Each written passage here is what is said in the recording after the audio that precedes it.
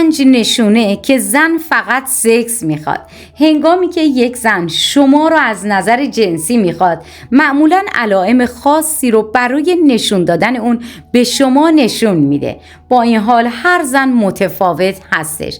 بنابراین قبل از اینکه به 5 نشونه که یک زن شما رو از نظر جنسی میخواد بپردازم، ابتدا باید از شما بخوام در انتهای ویدیو یک مورد به لیست ما اضافه بکنید که نشون میده که یک زن فقط سکس میخوادش. حتما برامون کامنت بذارید. سلام، مریم هستم، کارشناس ارشد روانشناسی از دانشگاه تهران و همینطور مربی حرفه‌ای در آنتاریو کانادا.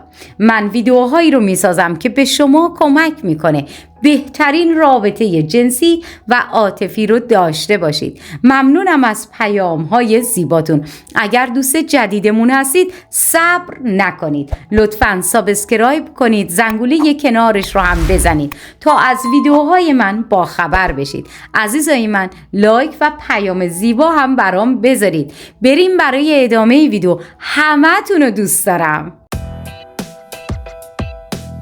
او به شکلی دخترانه بیقرار میشه هنگامی که یک زن با مردی در حال تعامل هستش که باعث میشه او از نظر جنسی جذب بشه و به او علاقه‌مند بشه. ناخودآگاه شروع به نشون دادن علائم علاقه جنسی میکنه. یکی از اونا این هست که به روشی دخترانه بیقرار میشه. او شروع به بازی با موهای خودش میکنه، یا اگر گردنبندی هم داشته باشه شروع به بازی با گردنبند خودش میکنه. او چنین کارهای دخترانه رو انجام میده. چیزی که ممکن هست متوجه شده باشید این هست که پسرها با موهای خودشون به شکل دخترونه بازی نمی کنن. یعنی اونها رو دور انگشت خودشون نمی پیچونن، مدام اون رو بالا و پایین نمی فرستن و پسرها هم به شکل دخترانه با گردنبند خودشون بازی نمی کنن، البته اگر گردنبندی داشته باشن. این یک راه دخترانه برای برقراری ارتباط هستش و چیزی که نشون میده این هست که او در مقایسه با مردانگی شما در اون لحظه احساس دخترانه و زنانگی رو داره. شما باعث میشید که او جذب و روشن بشه و در بیشتر موارد بدون هیچ تلاشی آگاهانه از سوی او مثل یک دختر شروع به بیقراری میکنه. او شروع به چنین واکنش هایی رو میکنه. این یک واکنش خودکار هست عزیز من. به همین ترتیب هنگامی که شما یک زن رو میبوسید و با او درگیر هستید، او به طور خودکار شروع به مرطوب کردن واژنش میکنه. او شروع به روشن شدن میکنه. در مورد بیقراری دختران هم همینطوره. اگر با زنی در حال تعامل هستید و او هنگام تعامل با شما به شکلی دخترانه بیقرار شد، تقریبا همیشه یک سیگنال ناخودآگاه از سوی او هست که به شما نشون میده که از نظر جنسی جذب شما شده. هنگام صحبت با شما بسیار نزدیک میشه. اسپید یک روانشناس اهل نیویورکه و در این مورد خودش رو مثال میزنه. من در مهمانی یکی از دوستانم بودم و دختری اونجا بود که جذب او شده بودم، اما نمیخواستم با او کاری انجام بدم چون او قبلا یه دوست پسر داشته. دوست پسرش برادر دوستم بودش. بنابراین من فقط میخواستم با او دوستانه صحبت بکنم، اما به وضوح جرقه‌ای بین من و او به وجود اومدش. همونطور که داشتم صحبت میکردم با او، من فقط سعی میکردم دوستانه باشم و همه چیز رو خنثی نگه دارم، اما او به وضوح جذب شده بود و یکی از راههایی که میتونم بگم این بود که او در حین صحبت کردن به من بسیار نزدیک میشد. متوجه شدم که او این کار رو میکنه و من عقب نشینی کردم چون من نمیخواستم خیلی نزدیک او بایستم. هر چقدر عقب رفتم او همچنان جلوتر میومد. تماس چشمی دائمی از او رو برای خودم احساس کردم. او گاهی اوقات لبهای پایینش رو گاز می گرفت و گاهی اوقات به آرامی انگشتاش رو روی پاهاش می کشید تا توجه من رو به سمت خودش جلب بکنه. نگاه نکردم. من نمیخواستم این نوع تعامل رو با او داشته باشم. برای رهایی از این تعامل در نهایت به او گفتم من فعلا میرم با چند نفر از دوستانم در اونجا صحبت بکنم. شاید بعداً با شما صحبت کنم. خب پس با توجه به اینکه یک زن بسیار به شما نزدیک میشه، مهم هستش که به اون علامت و اون حرکات توجه بکنید و نگاه بکنید. لطفاً توجه کنید. زنی که کنار شما مینشینه، با شما صحبت میکنه و خیلی صمیمی هست، همیشه به این معنا نیستش که او شما رو از نظر جنسی میخواد. پس اگر او فقط به صورت دوستانه یا حرفه‌ای با شما صحبت میکنه و خیلی به شما نزدیک میشه، به این معنا نیستش که او میخواد شلوار شما رو پایین بیاره، پاهای خودش رو وسط پای شما قرار بده و شما رو وادار بکنه به ارتباط جنسی با خودش. بنابراین همیشه بهتر هستش به دنبال سیگنال های متعدد باشید، به دنبال ترکیبی از سیگنال ها باشید که یک زن رو متوجه بشید که آیا از نظر جنسی به شما تمایل داره یا نه. مطمئن هستم که تا اینجای ویدیو رو با من همراه بودید. اگر این ویدیو رو دوست دارید لطفاً ساب و لایک و زنگوله رو بزنید تا من متوجه علاقه شما به ویدیوها بشم. همینطور ممنون میشم یک پیام قشنگ هم برام بذارید تا یوتیوب این ویدیو رو به افراد بیشتری هم معرفی بکنه. بریم برای ادامه ویدیو. او اغلب شما رو لمس میکنه و به نظر میرسه از اون لذت میبره.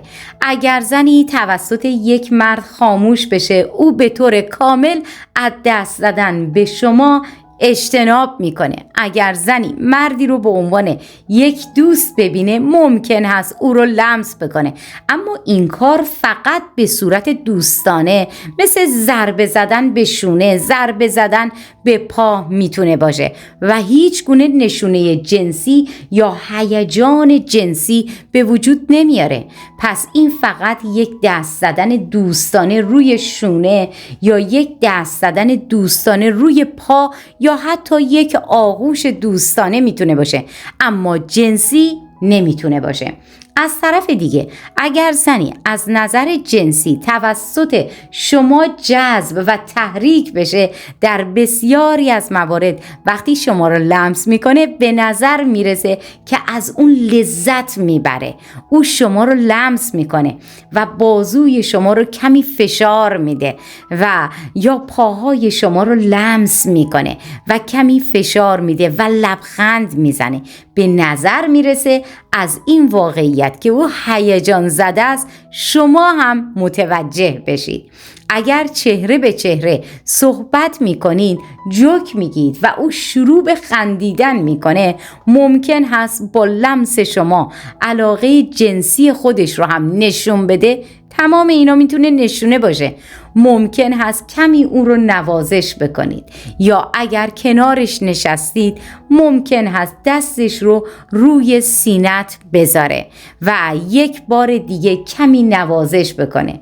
اما مهم هستش که درک کنیم گاهی یک زن این کار رو انجام میده وقتی او اون پسر رو به عنوان یک دوست پسر میبینه، برای اینکه بفهمید که او شما رو از نظر جنسی میخواد، فقط باید به رفتار او با سایر مردهای دیگه توجه بکنید.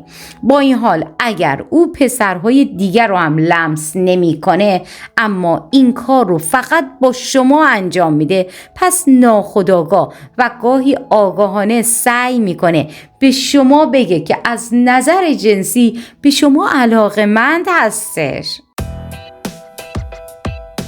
او به شما تعارف غیر عادی میکنه.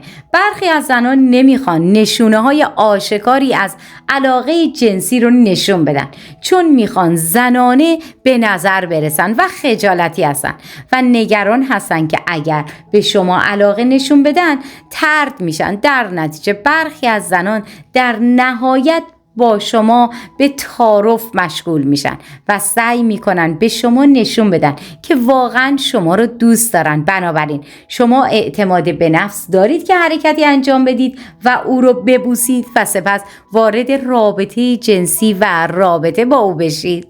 بنابراین اگر با زنی صحبت می کنید و او به نظر علاقه‌مند به نظر می رسه، او به شوخی های شما هم می خنده و از شما تعریف و تمجیدهای غیر عادی می کنه. تقریبا به این معنا هستش که او سعی داره به شما نشون بده که شما رو دوست داره و به چیزهای که شما علاقه دارید علاقه‌مند هستش. بین شما و او اتفاق میافته، همونطور که این ابتدای رابطه میتونه باشه. بسیار مهم هستش که شما اعتماد به نفس رو داشته باشید و نشون بدید علاقه خودتون رو هم به ایشون. او از کنایه‌های جنسی استفاده میکنه و سپس به شما نگاه جنسی میکنه. اگر با زنی در حال تعامل هستید که به نظر میرسه به شما علاقه‌منده و او از القاب جنسی هم استفاده میکنه، باید به خودتون اعتماد به نفس داشته باشید تا متوجه بشید که او سعی داره به شما نشون بده که از نظر جنسی به شما علاقه‌مند هستش. به طور مثال شما در مورد میوه صحبت میکنید و او میگه که موز رو دوست داره. به او بفهمونید که دقیقاً میدونید در مورد چی صحبت میکنه. از طرف دیگه میتونید بگید تو خیلی شیطون هستی، اینطور نیست، تا به او بفهمونید که میدونید در مورد چی داره صحبت میکنه. بیشتر بدانید زنان خواهان رابطه جنسی هستن، اما معمولاً آشکار کردن اون دوری میکنن. آخرین نکته‌ای که میخوام در این ویدیو برای شما بیان کنم این هست که وقتی با زنان بسیار جذاب تعامل دارید، اغلب اما نه همیشه فوراً از نشون دادن علاقه جنسی به شما دوری میکنن. یکی از دلایلی که اونها این کار رو انجام میدن اینه که چرا در ابتدا کمی سرد هستن. میتونه این دلیل باشه که نمیخوان بلافاصله به مردی فرصت ارتباط رو بدن. پس زنها در 1 یا 2 دقیقه اول از نشون دادن نشونه های آشکار علاقه به شما خودداری میکنن. امیدوارم از این ویدیو لذت برده باشید. ممنونم که تا انتهای ویدیو با من همراه بودید. فراموش نکنید سابسکرایب و زنگوله رو بزنید. دوستان عزیزم، یک مورد به لیست ما اضافه کنید که نشون میده که یک زن فقط سکس میخواد. برامون کامنت بذارید. من عاشق خوندن نظرات شما هستم و همیشه شخصا خودم به سوالات شما پاسخ میدم. مراقب خودتون باشید. دفعه بعد همتون رو میبینم.